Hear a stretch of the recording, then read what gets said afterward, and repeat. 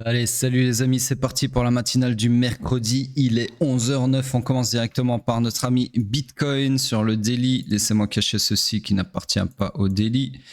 Donc, toujours dans une structure swing baissière, structure interne, toujours baissière également, mais l'order flow s'est retourné à la hausse, invalidant mon scénario, en tout cas la suite de mon scénario ici présent, et pour cause on a transpercé le supply qui lui était associé.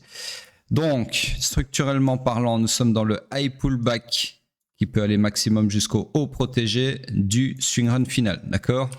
Donc, pour le moment, on cherche des longs, du coup. Là, vous avez un POI qui est confirmé et sur lequel vous pouvez vous appuyer pour chercher des longs. Alors, target, je ne peux pas aller plus haut que le strong high et qui est le haut protégé, d'accord? Puisque ce haut, d'un point de vue structure interne, est censé tenir. Laissez-moi juste agrandir ceci un petit peu. Voilà. Voilà donc pour le daily. Donc là, on a certes une remontada assez bullish, assez incroyable, mais il faut comprendre qu'on est toujours dans une structure baissière. D'accord? Donc là, la remontada intervient dans le cadre d'un swing pullback qui peut aller maximum jusqu'au haut protégé ici, qui n'est autre que le dernier all-time high. D'accord? Et également le point où on repassera en bull market si on casse ce niveau. D'accord? Donc pour le moment, certes, c'est bullish. Ouais, c'est bullish sur l'interne, etc. Mais structurellement parlant, on est toujours dans une structure swing baissière. Donc ne vous emballez pas trop vite. On est peut-être simplement en train d'aller chercher, pourquoi pas, des niveaux plus hauts dans le premium, voire la liquidité ici, pour ensuite peut-être alimenter le vrai swing pullback, le vrai swing run, d'accord, final. Ou pas. Tout ce que j'essaye de vous dire, c'est de réfréner vos sentiments de permabull, parce que pour le moment, on est toujours baissier sur les tendances de fond, d'accord? À savoir la structure swing daily et le weekly, bien évidemment, qui lui est clairement bearish. Donc, on passe sur le H4. Attendez, je vais juste vérifier un truc sur un autre écran. Ok. Donc, le H4, c'est moi regarder ça. On va enlever déjà mon scénario daily. Hop. Donc le H4 lui est toujours dans une structure swing qui elle est haussière, structure interne haussière, order flow haussier. Donc comme hier on est toujours fully aligned sur le H4, d'accord? Donc la grosse question c'est est-ce que le H4 va propager sa bullishness vers le daily et quel est son patron ou pas? Pour le moment en tout cas c'est ce qui a l'air de se passer. Dans tous les cas, structurellement parlant, nous sommes alors toujours dans le iron initial, quoique ici on a eu un IBOS de plus. Donc on va mettre ça comme ça. IBOS H4, voilà. Bon, ça change rien, mais en gros, nous sommes dans le iron initial du swing run final. D'accord? Destination, l'accomplissement de la destinée avec le run du week high ici. Donc en gros, tout l'opposé du daily. En termes de scénario, bah, on va considérer que ce scénario a atteint sa target. Malheureusement, on n'a pas eu de retracement ici dans les demandes imbriquées. C'est dommage parce que c'était un très beau niveau pour chercher des longs. Sur ce, j'efface ce scénario. Entre-temps, on a confirmé un POI. Je vais zoomer parce qu'on voit rien. Un POI ici, d'accord, sur lequel, bien évidemment, vous pouvez vous appuyer. Non, je dis bien évidemment, mais au final, non. Parce que si on revient dedans, ici, on passera sur un order flow baissier ici, d'accord? Donc juste avant la mitigation de la demande. Donc du coup, on cherche des longs, mais il n'y a rien à long puisque le POI ici n'est plus intéressant à long si le prix y revient. Par contre, on est potentiellement, bien évidemment, en train de confirmer ce POI ici. À mon avis, il va être, enfin, c'est possible qu'il soit confirmé. Il va falloir attendre une troisième bougie ici, d'accord? Et là, je pourrais vous tracer un scénario comme ça, ok? Pour le moment, c'est pas le cas, donc je laisse ça comme ça. Structure morte, fully aligned à la hausse, c'est bien dommage, mais absolument rien à exploiter dans ce sens. Sur ce, on passe sur le M15. Le M15, laissez-moi regarder.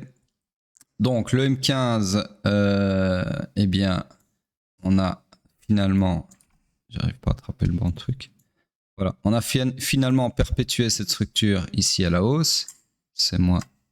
Bon, ça n'aimante pas, c'est trop dézoomé, donc je vais d'abord rapetisser tout ça. Ça, on s'en branle. Hop. Alors, je ne sais pas si vous avez remarqué une différence de langage et d'intonation dans les 2-3 matinales précédentes, mais c'est parce qu'il y avait il y avait mon daron juste à côté, donc je pouvais pas me lâcher comme d'habitude. On va pas parler mal devant le daron, ça se fait pas. Donc voilà, en gros là il est pas là, il est sorti. Donc c'est pour ça qu'il y a peut-être un changement d'intonation par rapport à hier. Donc tout ça pour dire que structure swing haussière, d'accord, et order flow également. Donc on est fully aligned à la hausse, il n'y a pas encore de structure interne. Le POI le plus proche du price action pour chercher des longs, eh bien c'est celui-ci qui est confirmé. Donc là vous pouvez chercher des longs tout simplement, par exemple comme ceci, d'accord, en intraday bien évidemment. Donc sur ce, c'est tout pour Bitcoin. On passe sur le pétrole. Oups. Alors le pétrole, hop. En daily. Structure swing toujours baissière, structure interne toujours baissière, order flow toujours haussier, mais sur mesh, on a parlé de ça de long en large hier. Donc là, il y a fort à parier qu'on repasse sur un order flow baissier ici, comme si de rien n'était, puisque ceci est très fort probablement, un graphe de liquidité, d'accord. Donc un changement d'order flow pour faciliter un graphe de liquidité, des stop loss au-dessus de ce high ici, d'accord, pour alimenter un mouvement baissier, pour aller chercher toute cette liquidité ici au sud. Voilà, donc pour le moment, mon scénario tient toujours, puisque tant que l'order flow n'est pas retourné à la baisse, bah, le scénario n'est pas invalidé, d'autant plus qu'on est toujours dans la demande ici, mais bon, vu le momentum et tout ce que je viens de vous dire en amont et hier, peu de chances que ça tienne. Bref, sur ce, on continue de chercher des longs comme ceci, rien qui change par rapport à hier, mais avec un zeste de QI, on peut comprendre que les longs seront pas terribles. Sur ce, on passe sur le H4. Pas terrible, voire inexistant. H4, structure swing baissière, structure interne réalignée à la baisse aussi, l'order flow baissier aussi. Donc là, vous voyez que sur le H4, on est fully aligned à la baisse. Donc ça vient encore une fois conforter le fait que très probablement, ça va faire un truc comme ça sur le daily. D'accord? Donc potentiellement, ce que j'expliquais sur le Bitcoin, le H4 qui est fully aligned à la baisse et qui va propager ce signal, cette bearishness à son patron le daily, très probablement, surtout que sur le daily, on voit déjà des indices en ce sens, ok, même si l'order flow est toujours haussier. Donc en gros, on cherche des shorts. Alors ceci, ça m'intéresse plus. Hop. Malheureusement, dans le price action qui suit le choc, il n'y a pas de POI à short. Donc là, structure morte. On cherche des shorts, mais il n'y a rien à short. On passe sur le M15. Désolé. Donc M15, lui, on va remesurer tous ces pullbacks, pour être sûr que j'ai rien raté. Donc ici, non, on n'a rien. Donc en gros, la structure continue de s'agrandir malheureusement. Structure swing baissière, du coup, structure interne. Alors ici, on a une perpétuation à la baisse ici. IBOS M15. Et on vient encore de perpétuer à la baisse. Ouais, ici, à l'instant. Order flow baissier, donc ici on est comme sur le H4, fully aligned à la baisse, d'accord. Et donc on cherche des shorts, uniquement des shorts. Le POI le plus proche du price action qui est confirmé, c'est celui-ci. Malheureusement, pas intéressant à shorter puisqu'on repasserait sur un order flow haussier ici si on venait faire une mitigation de ce supply. Donc le mieux c'est d'attendre la confirmation de ce supply ici pour chercher des shorts comme ça, d'accord. Mais bon, encore une fois, ici vous êtes dans une jambe interne overextended. Donc après un high BES, on s'attend à un high pullback. Donc peut-être le mieux c'est d'attendre éventuellement une configuration pour chercher des longs plutôt que de shorter un mouvement qui est déjà en overextension. Sur ce, on passe sur hype.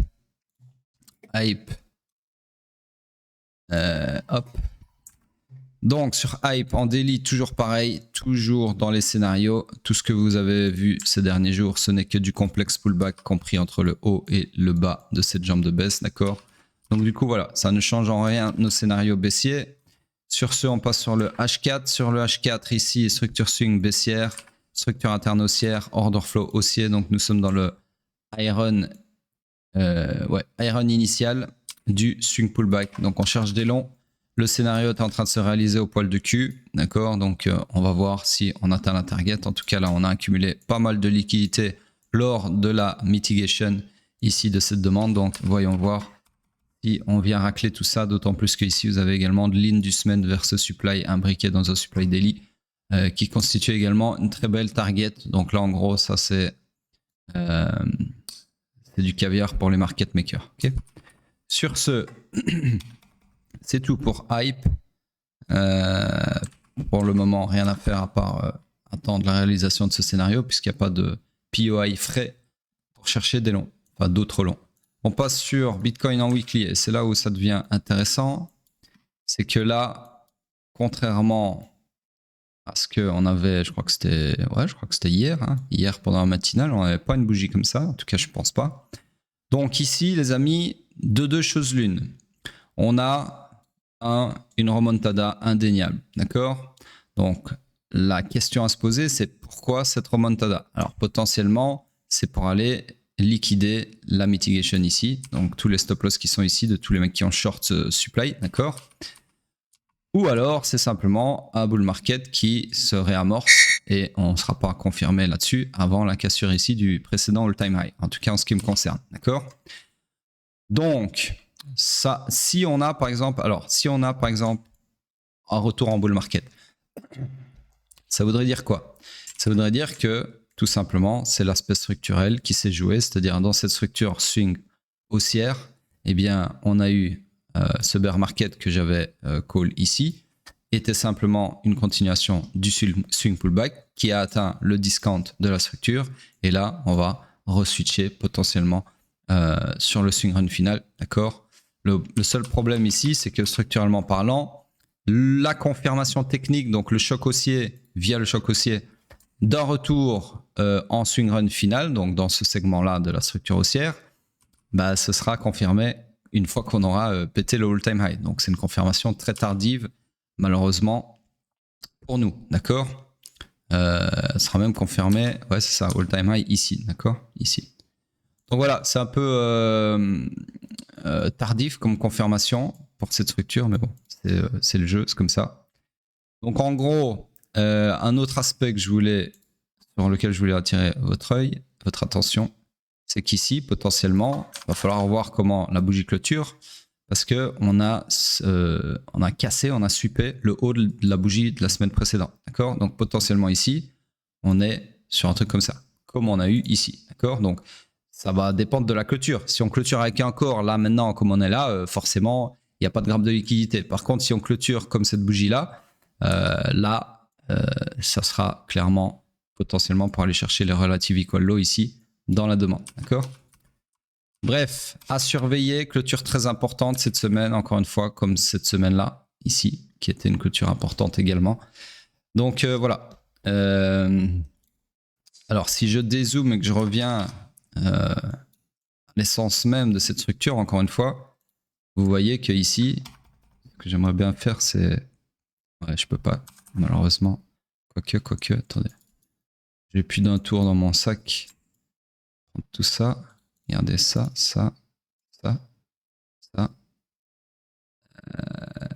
Ouais, et c'est tout. Tout le reste, je vais le foutre là-dedans, que je vais appeler weekly. Hop, cacher ça. Voilà. Donc en gros, si on revient à l'essence même de cette structure, sans se prendre la tête, structure haussière. Après un BOS, on s'attend à quoi? On s'attend à un swing pullback qui peut aller maximum jusqu'au low protégé. C'est toujours la même chose, d'accord? Une fois qu'on rentre dans ce swing pullback qui a été confirmé par le choc baissier ici et qui est entré en bear market. Bah oui, parce qu'un swing pullback d'une structure weekly, bah c'est un bull ou un bear market, d'accord? Chez moi en tout cas. Okay, donc, bear market pour signaler cette entrée, entrée en swing pullback signalée par ce bear market, par ce choc plutôt, qui signale un bear market. On va y arriver. Et donc la question à se poser quand on rentre techniquement dans le swing pullback, c'est qu'est-ce qui pourrait arrêter ce swing pullback? Parce que après un BOS, on s'attend à un swing pullback. On sait jusqu'où il peut aller au maximum, c'est jusqu'au strong low, théoriquement, hein, bien évidemment. Mais tous les swing pullbacks ne vont pas jusqu'au swing low ici, d'accord? Donc la question à se poser, c'est qu'est-ce qui pourrait arrêter ce swing pullback avant le strong low ici, d'accord? Et donc si on fait un replay, c'est ça que je voulais faire en fait. Donc on va faire les choses vraiment en mode structure pure. Donc bien. Ouais non, c'est juste. C'est ça que je vais effacer. Ça, voilà. Donc ici, à partir du moment, cette bougie-là, à partir du moment où elle a confirmé un BOS, on sait qu'on est dans une structure swing haussière, d'accord? On sait donc qu'on est dans le swing run initial, d'accord? La chose qu'on ne sait pas, c'est jusqu'où va aller ce swing run initial. Quand est-ce qu'il va s'arrêter et sous-entendu, quand est-ce qu'on va entrer en swing pullback? Et donc ici, vu qu'on était en all-time high, bah, au-dessus, il n'y a rien. Sinon, on pourrait s'appuyer sur des supplies, d'accord? Et se dire, le swing run initial ici va être arrêté par le supply suivant. Sauf qu'en all-time high, en price discovery, vous n'avez rien au-dessus de la tête. Donc ici, le seul moyen de savoir quand est-ce que le swing run initial est terminé, c'est quand l'order flow se retourne à la baisse, c'est-à-dire quand on a un choc baissier. Et ça ne va pas arriver tout de suite. Donc là, on est en swing run initial. Bon, désolé, hein, c'est un peu fastidieux. Donc, 4 semaines, 5 semaines se passent depuis le BOS. On est toujours dans le swing run initial, d'accord? Et là, ici, à ce moment-ci, non, j'ai dit on va faire juste market structure, donc je ne parle pas de la liquidité, sinon ça va vous embrouiller encore. Donc, on est toujours en swing run initial. Et voilà, au moment où on choque ici, et qui est bear market pour moi, on marque l'entrée en swing pullback. Donc, on sait que le swing run initial est terminé, qu'il a été de là à là, d'accord? Et que le choc ici, le changement d'order flow à la baisse, donc contraire au sens de la structure, nous fait basculer dans un swing pullback. Maintenant, rebelote, on sait que ce swing pullback, il peut aller jusqu'où? Il peut aller jusqu'au low protégé, si la structure reste bullish, d'accord? Donc théoriquement, c'est ce à quoi on s'attend. Mais on ne sait pas jusqu'où il peut aller, d'accord? Enfin, jusqu'où avant le strong low, bien évidemment, d'accord? Donc on ne sait pas son amplitude, ok? C'est pas qu'est-ce qu'il arrêtera avant le strong low, si le strong low l'arrête, bien évidemment. Et donc, ici, on est obligé de faire rentrer un autre concept dans l'aspect structurel, c'est les supply and demand, d'accord? Et donc ici, vous avez, si vous n'avez rien à ce moment-là, vous voyez maintenant une demande, d'accord? Et vous avez une demande, du coup, qui est bien pricée puisqu'elle est dans le discount du range, d'accord? De la structure haussière. Donc du coup, vous pouvez vous dire, ce niveau-là est potentiellement le niveau qui pourrait arrêter mon swing pullback. Ok? Et si ce niveau lâche, bah, l'arrêt suivant, c'est le strong low. Et si le strong low lâche, bah, c'est pas compliqué, c'est retournement de la structure à la baisse. D'accord? Ce à quoi on ne s'attend pas en termes de haute probabilité. Je vous rappelle que dans une structure haussière, les probabilités les plus hautes, c'est qu'elle continue de se perpétuer à la hausse après un swing pullback. D'accord? Donc du coup ici, on continue. On sait qu'on est en swing pullback, que le swing run initial est terminé, et on sait que ce swing pullback peut être arrêté potentiellement par ce plancher. Ok, cette demande, ce POI, appelez ça comme vous voulez. Donc ici, on arrive sur le plancher en question et on rebondit dessus. D'accord? Ensuite, vu que l'order flow est baissier, on se heurte à un supply ici qui renvoie le prix d'où il vient. D'accord? Et là, à ce moment-là, au moment ici où vous avez le rebond dans la demande, vous ne pouvez pas vous dire le swing pullback est terminé, on repasse en swing run final, destination, l'accomplissement de la destinée. Vous ne pouvez pas encore vous dire ça. Pourquoi? Parce que l'order flow est toujours baissier. Tant que l'order flow ne repasse pas haussier, le swing pullback n'est pas terminé. Peu importe si on a un plancher qui fait rebondir le prix. D'accord? Donc, tant que l'order flow est baissier, c'est les supplies qui sont au contrôle et pas les demandes. D'accord? Et c'est bien ce qu'on a vu ici, puisque on a le prix qui a certes rebondi sur une demande, mais au premier supply rencontré, eh bien le supply, vu qu'il est aux commandes, il est prédominant, puisque l'order flow est baissier, on a le prix qui est retourné d'où il venait. Et donc, en gros, ici, on a un prix bloqué entre une demande et un supply. D'accord? Donc, retour dans la demande. Et la demande ne dit pas son dernier mot, malgré qu'elle soit opposée à l'order flow et donc en position de faiblesse. Elle arrive quand même à renvoyer une deuxième fois le prix. D'accord?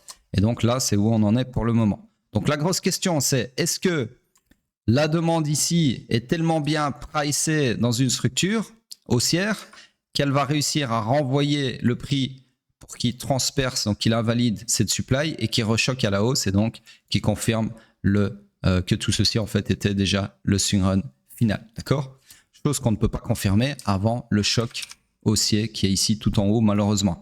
Ce qui aurait été nickel, c'est que par exemple on ait un choc haussier, je sais pas moi, quelque part ici. Et là, à partir de cette bougie-là, j'aurais pu vous dire, ah ben rebasculement en bull market. Donc, on a fini le swing pullback qui a été arrêté par cette demande dans le discount et on part du coup dans le swing run final, c'est-à-dire destination le wick high ici, d'accord, et qui est clôture au-dessus du wick high, d'accord, le run du wick high. Voilà, ça aurait été nickel. Mais malheureusement, le marché n'est jamais, très rarement facile à lire, ok. Enfin, en tout cas. Sur le weekly, ça dépend. Hein, ça dépend des cycles. Il y a des fois c'est limpide, des fois c'est un peu moins limpide. Là, honnêtement, je dirais pas que c'est pas limpide. Pour moi, je viens de vous le démontrer. Là, c'est cas d'école, c'est KKPP. Une fois que vous maîtrisez les concepts, tous mes élèves sont aptes à faire ce que je viens de vous faire. Le seul problème ici, ce qui est un peu crapuleux, c'est que le point de choc, il est trop haut, d'accord. Donc du coup ici, c'est pas trop sur quel pied danser, d'accord. Mais bon, si vous êtes mécanique, forcément, vous êtes en bear market et vous privilégiez les shorts, d'accord. Voilà. Donc voilà où on en est. Je pense que c'est quand même intéressant de comprendre ça d'un point de vue presque purement structurel. J'ai dû inclure ici le concept de supply and demand, mais c'était obligatoire. Et alors ici, je voulais pas en parler au moment du raisonnement pour pas vous embrouiller, mais vous aviez un concept liquiditaire, comme j'appelle ça, qui est intervenu aussi, puisque on a eu au moment en fait, alors je vais vous refaire ça, voilà, avant de choquer à la baisse, donc avant l'entrée dans un swing pullback, eh bien vous aviez le tout premier indice ici que potentiellement le prix était prêt à entrer en swing pullback et était à la fin de son swing run initial, c'était le graphe de la liquidité ici. Parce qu'à chaque fois qu'il y a un graphe de liquidité, c'est pour alimenter un mouvement contraire. Donc ici, si on vient graber la liquidité acheteuse, c'est pour alimenter un mouvement baissier. Et si on alimente un mouvement baissier, il y a beaucoup de chances que ce soit pour entrer dans le swing pullback et donc mettre fin au swing run initial. Alpha sur alpha sur alpha, d'accord. Sur ce, je vais remettre mon bordel ici. Tac. Je vais enlever ceci. Hop. Voilà, ça c'est un petit avant-goût de ce qu'on apprend chez moi. Et honnêtement, franchement, c'est pas du tout l'entièreté du mentorat. Il y a beaucoup plus de choses que ça, notamment en intraday, en scalping, en intra-session, en swing, en ce que vous voulez. Là, c'est vraiment du long terme. Donc voilà, ceux qui veulent approfondir ces raisonnements et devenir un crack en analyse technique et enfin pouvoir naviguer ces marchés comme si c'était une seconde nature, eh bien vous savez où ça se passe. Sur ce, regarde si j'ai rien oublié. Ouais, c'est tout. Il n'y a rien d'autre à dire. Donc ce qui m'embête un peu si on a une remontada, c'est qu'ici on a laissé des grosses poches de liquidité. Mais bon, on n'est pas obligé. Alors il y a quand même un autre truc là que je viens de remarquer. On n'est pas obligé de liquider, je vais dire. Il y a quand même un truc assez bullish que je viens de remarquer. C'est qui? Alors, je vais vous cacher ça parce que même moi, j'y vois plus grand chose. Trop d'informations tue l'information. On est toujours sur un order flow baissier. On est toujours dans un bear market. Mais là, qu'est-ce que vous remarquez? Je vais vous laisser, vous faites pause, hein, mais qu'est-ce que vous remarquez, surtout les élèves, qui pourraient, comment est-ce qu'on dit, tip your hands. Donc, c'est, je sais pas comment on dit en français, dévoiler sa main, je sais pas si ça se dit en français. En gros, c'est donner un indice que potentiellement le supply est en train de perdre le contrôle, même si l'order flow est toujours là pour l'appuyer, et que c'est la demande qui est en train de reprendre le contrôle, malgré qu'on soit toujours sur un order flow baissier. Qu'est-ce que vous voyez là-dedans? Que même moi, j'avais pas, en fait, j'avais pas fait attention spécialement, mais c'est vrai qu'avec la remontada, là maintenant, c'est flagrant. Et bien, tout simplement ici, regardez, si je vous raccourcis ça, donc le prix est venu faire mitigation de la demande, qui a rejeté le prix. Et en rejetant le prix, qu'est-ce qu'on a laissé derrière? Je vous le donne en 1000. Une deuxième demande qui a été confirmée, si je vous casse ça, à ce moment-là, la clôture d'il y a 2 semaines. Puisqu'on a laissé, on a clôturé avec un FVG juxtaposé. D'accord? Donc du coup, ici, on a un escalier de demande, une chaîne de demande, comme on appelle ça, qui est en train de se construire, l'air de rien. Et là, qu'est-ce qui s'est passé? Et en fait, on est revenu faire une mitigation dedans, dans la nouvelle demande, fraîchement créée. Et après la mitigation, qu'est-ce qui s'est passé? Eh bien, gros rejet, grosse réaction qu'on est en train d'avoir. Donc là, potentiellement, on est en train de re-switcher sur un truc haussier. D'accord? Malheureusement, encore une fois, ce ne sera pas confirmé avant qu'on choque à la hausse ici. Okay? Donc voilà, ça c'est comme ici la liquidité, vous avez donné un indice, comment on appelle ça, je ne sais plus en français. Ouais, un indice, un indice sur le fait que le swing run initial était potentiellement fini et que ce graphe de liquidité allait annoncer une entrée en swing pullback, ce qui a été le cas. Et bien ici, vous avez la création de cette chaîne de demande et potentiellement un indice que l'order flow va se retourner à la hausse, d'accord? Donc que le swing pullback est terminé et que on va rebasculer sur un swing run final. Ok? Très important hein, de comprendre ça, hein, parce que là, si vous utilisez uniquement le choc, vous shortez, vous êtes en bear market trop tard, alors que vous auriez pu l'être une semaine plus tôt sur le graphe de liquidité, qui était l'indice, d'accord, de l'entrée en bear market. Et ici, si vous attendez le choc encore une fois, bah, vous serez long après tout le monde. Tandis qu'ici, potentiellement, la création de cette chaîne de demande peut vous donner, à l'aide des low time frame, bien évidemment, faut pas se baser uniquement sur le weekly, c'est pas assez, peut vous donner des entrées, par exemple, sur le daily, là-dedans, d'accord? Donc voilà, c'est ce que je voulais vous dire. Donc potentiellement, une chaîne de demande en train de se créer, ok? Alors, je vais enlever ça. Alors la demande ici, la chaîne de demande, je ne peux pas l'indiquer puisque c'est contraire à ce que je fais d'habitude, c'est-à-dire indiquer uniquement les trucs par rapport à l'order flow, d'accord? De toute façon, ça surchargerait le graphique pour rien. Voilà, et déjà c'est chargé comme ça. Voilà donc pourquoi on laisserait potentiellement cette poche de liquidité, parce qu'au final, c'est une chaîne de demande. Donc il n'y a plus besoin, le prix n'a plus besoin de revenir purger ses relative equal low. D'accord? Si le but, effectivement, enfin, si ce qui se passe, effectivement, est une reprise de contrôle par la demande pour alimenter le basculement en swing run final. D'accord? Du coup, le market maker, il s'en branle de ça. Il viendra les prendre un autre jour. Ok? Potentiellement lors du prochain bear market. Enfin, on est toujours en bear market, mais vous m'avez compris. Et on repasse en bull run. Donc voilà, honnêtement, là, je vous ai lâché du lourd. Très intéressant comme analyse du weekly. Et on va vite regarder la dominance. Alors, j'en profite pour vous dire, si là, par exemple, vous êtes en train de vous dire, putain, il nous lâche quand même de l'alpha d'enculé. Eh ben, mets ton like, mets ton commentaire, mets ton retweet. C'est comme ça qu'on dit merci, d'accord? C'est pas rester tout seul dans son état d'esprit à regarder la vidéo en se disant ah putain ouais, franchement il touche hein, Samstradamus, ça putain il nous prend pas pour des cons, hein, il lâche de l'alpha et puis après tu fermes la vidéo et tu vas qu'à tes occupations. Il est où le merci? D'accord? Donc c'est ça que je vous dis, je sais pas, ça s'appelle la gratitude. Chez moi c'est une valeur innée, c'est-à-dire quand on reçoit on dit merci.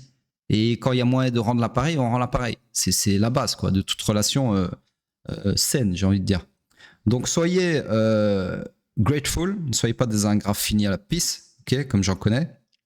Et mettez votre retweet, votre commentaire, votre like. Et je voulais dire autre chose, mais je vais pas le dire. Bref, sur ce, la dominance, toujours pareil. On va voir la clôture qu'on a, mais pour le moment, rien de spécial. Alors, ça serait pas mal que le fait qu'on ait un genre de bottom ici sur une demande, ça soit le retour en bull market et donc dominance de Bitcoin qui s'envole avant tout le monde, d'accord? Enfin, avant les alts, ok? Ça serait pas mal. Ça coïnciderait avec ce que je vous ai expliqué juste avant, ok? Si on retourne en bull run, hein, attention, hein, j'ai pas dit qu'on retournait en bull run. Hein. Il y a des choses qui se profilent à l'horizon, les planètes commencent à s'aligner un petit peu dans ce sens. Oui, mais on est toujours sur un order flow baissier, d'accord? Et vous savez que j'en démordrai pas. Pour moi, l'order flow, c'est la base de toute analyse structurelle, ok? Toute analyse technique tout court. On passe sur Ethereum. Ethereum qui, ouais, ah, c'est bizarre ici, vous voyez? Ça c'est intéressant. Je m'attendais à voir Ethereum qui pique du nez vu que la dominance, quoique, attendez, on va dire des conneries, non, pas ici. Je vais rezioter la dominance. Ouais, c'est vrai qu'on pourrait considérer que la dominance, en fait, elle a baissé par rapport à hier, si je me souviens bien. Et donc, du coup, c'est normal qu'Ethereum remonte.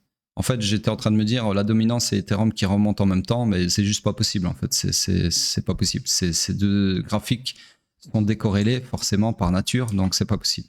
Donc, rien, j'ai rien dit du tout, c'est moi qui bug.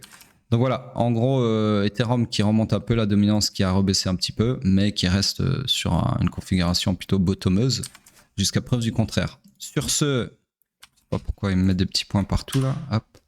Attendez, parce que j'ai foutu des points. Non, là, je n'ai pas mis, c'est bon. Et bien sur ce, c'est tout. Vous savez ce que vous avez à faire si ce n'est pas encore fait. Et je vous dis à plus tard.